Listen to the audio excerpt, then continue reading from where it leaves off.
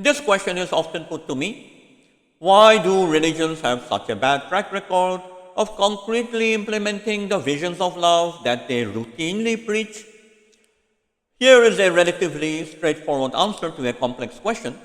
There is a powerful tension between, on the one hand, a religious vision that preaches harmony, unity, and interdependence, and on the other hand, the real world constraints of fragmentation, antagonism, and violence within which that vision has to be implemented.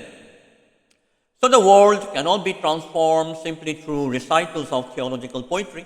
The world requires structural adjustment with respect to its distribution of material resources.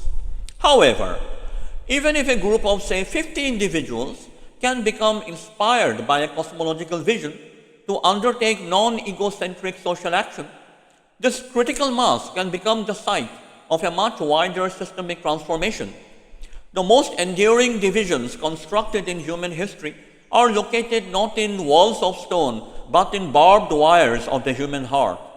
Yet, if such a heart can somehow become rewired, entire edifices of asymmetry may collapse like a flimsy house of cards. So the crucial point is the if.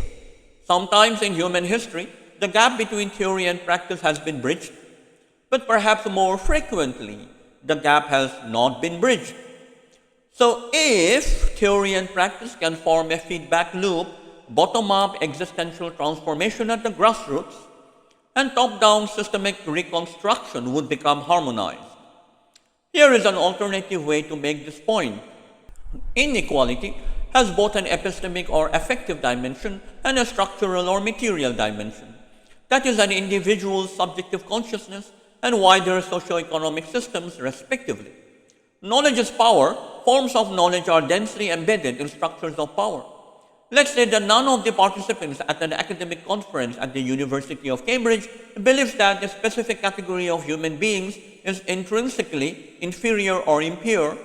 Even so, we cannot remove at a single stroke the long-range socio-economic asymmetries which continue to mediate or modulate our individual mentalities and social locations, including those that have made that very conference possible.